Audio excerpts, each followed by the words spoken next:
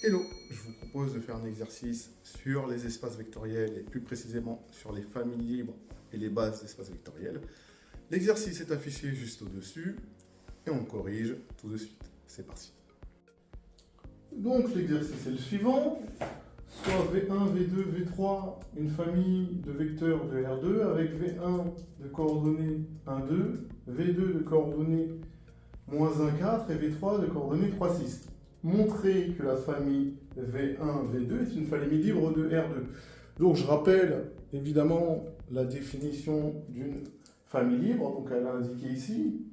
Concrètement, la famille V1, V2, elle sera libre si j'ai A1, V1 plus A2, V2 égale 0, implique que A1 égale A2 égale 0. D'accord? Et donc, pour une famille de deux vecteurs, ça signifie simplement qu'ils ne sont pas collinaires. D'accord? Vous comprenez bien que la famille, elle sera libre si les vecteurs V1 et V2 ne sont pas collinaires. Donc là, ça c'est évident. Et donc, je vais quand même démontrer avec la définition formelle que la famille est libre. D'accord? Donc, je vais dire soit A1 et A2 de réel, d'accord? Et voilà, de réel tel que j'ai A1V1 plus A2V2 qui est égal au 0 de R2. Et donc, qu'est-ce que je vais montrer? Je vais montrer que A1 égale A2 égale 0. C'est ça que je vais montrer.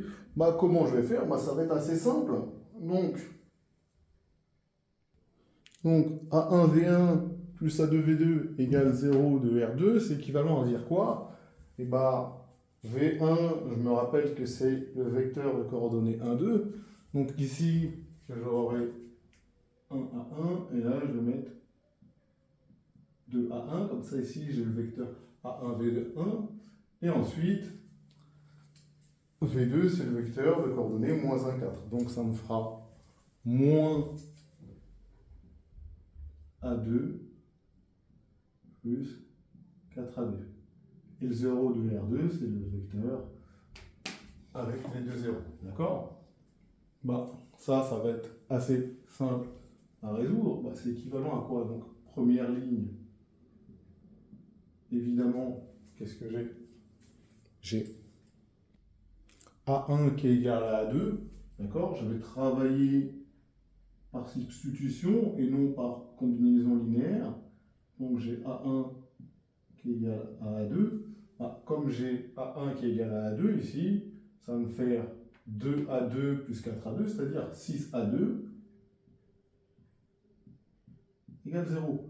Évidemment, vous allez être d'accord avec moi que si je dis que 6A2 égale 0, ça veut dire que A2 égale 0. D'accord? Ça c'est évident. Et comme A1 égale A2 et que A2 égale 0, ça me fait A1 égale 0. Donc on a A1 égale A2 égale 0. Donc la famille V1, V2 est libre. Et c'est bien ce qu'on nous demandait. La deuxième question, c'est en déduire que la famille V1, V2 est une base de R2. C'est simple, je vais simplement vous afficher un théorème, et donc qui nous dit que si on a un espace vectoriel de dimension n, et derrière, si j'ai une famille libre de n vecteurs, alors cette famille libre est une base. De la même manière, si j'ai un espace vectoriel de dimension n, et que j'ai une famille génératrice de n vecteurs, alors cette famille est une base.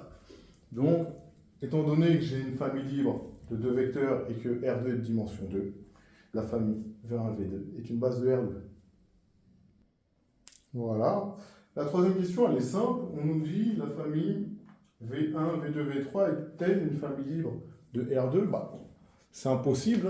Pourquoi? Simplement, j'ai une base qui est de deux vecteurs. Là, j'ai une famille de trois vecteurs.